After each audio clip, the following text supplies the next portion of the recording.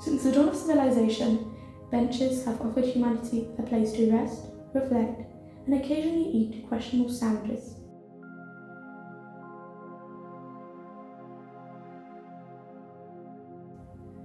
They were invented in 1732 by Gerald Bench, a man who just hated standing. They're usually made of wood, metal, and in some occasions plastic. Benches can most often be seen standing out and about in packs of 3 or 4, in most average parks and in town squares. Despite being quite a common creature, many people will prefer sitting on walls or stairs out of fear of being bitten. But according to experts, there is a proper way to sit on one of these extraordinary creatures.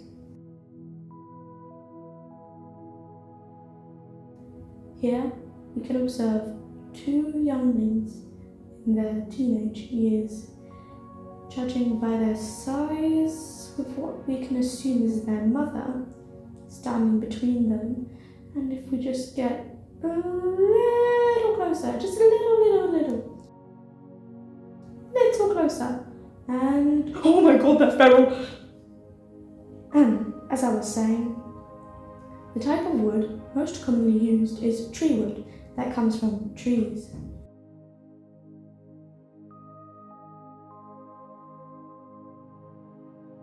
This bench here is made out of a mystical silver tree. Its design is, oh, is that a leaf?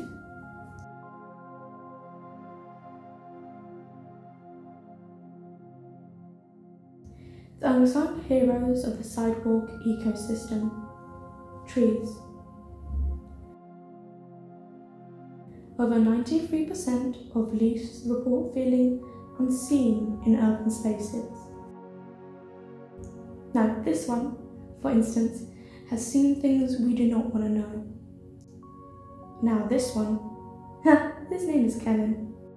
They drift, they wander, they crunch,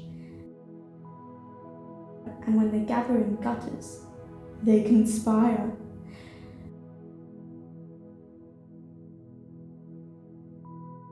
So what if the real problem was right under our feet? Rocks, nature's teeth. Rocks make up 67% of the ground. The other 33, pure vibes. We've spoken to Dr. Esmeralda, a certified rock therapist, about the struggles that rocks face. I'm Dr. Esmeralda, a certified rock therapist. I've been working with rocks since the 90s, and it's been a hard century for them. They can be really tough,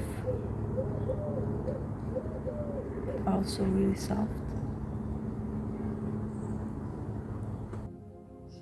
Rocks have been used for various projects throughout history. They've been used in medicine, architecture, and they are extremely effective when trying to get a message across, especially when thrown hard enough.